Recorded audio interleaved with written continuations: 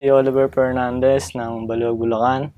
Nagtatrabaho ko sa rental company ngayon, Technopro, based on Dubai. 3 years na ako ngayon. Bali, ang na-experience ko dito nung pumasok ako, naano ko kung paano mag-gano ng analog. Kasi nag-skip ako sa digital eh. Pumasok agad ako sa digital way. So, yung mga patching, paggamit ng analog compressor, gate, tsaka yung pag-ano ng mga amplifier. Pag-setup, calculation ng ohms, impedance. Dahil experience na dito lang ako naliwanagan kung ano talaga dapat kong gawin pagdating ng troubleshoot na yun. Favorite part ko yung mga processing.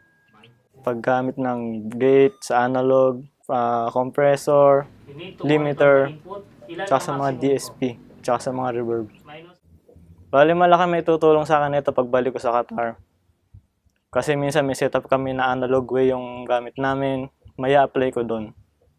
Sa tingin ko ito na yung pinaka-the best na school para matutunan yung dati mong, halimbawa, old school way. Pero nga nasa highest level. Sulit, wala akong masasabi, the best. Thumbs up ako doon. Sa mga sound technician, audio technician, AV technician, ini-invite ko kayo na mag-enroll kayo kay Mark Yulo. Sigurado matututunan nyo lahat to. Napakapulido. The best, sulit yung bayad.